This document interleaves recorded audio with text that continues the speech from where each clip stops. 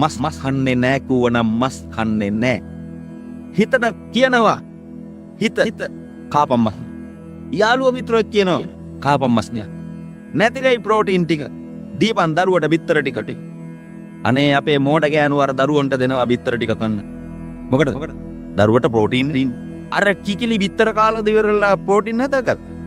නෑ අර තියෙන හාල්ලට වියට යහුලගෙන කා. අර හරකගේ ඇඟේ අර ප්‍රෝටීන් හැදුනේ බිත්තර මස් මාළු කාලාද? නෑ අර කියන තනකොළ ටික කාලා. මම ඊයේ පෙරේදා දැක්ක අපේ සිවුරු දරාගත්ත කෙනෙක් ආමුදුරු කෙනෙක්.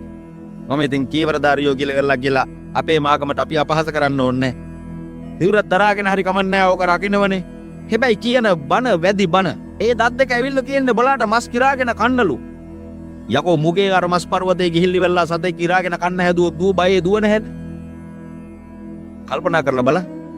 බුදුහාමුදුරුවෝ කියලා නැතේ කියන්න පුළුවන් හරි මස් කන්න එපයි කිව්වෙත් නැහැ කන්න කිව්වෙත් නැහැ මොකක්වත් නැහැ බුදුහාමුදුරුවෝ කිව්වේ නැහැ කියලා.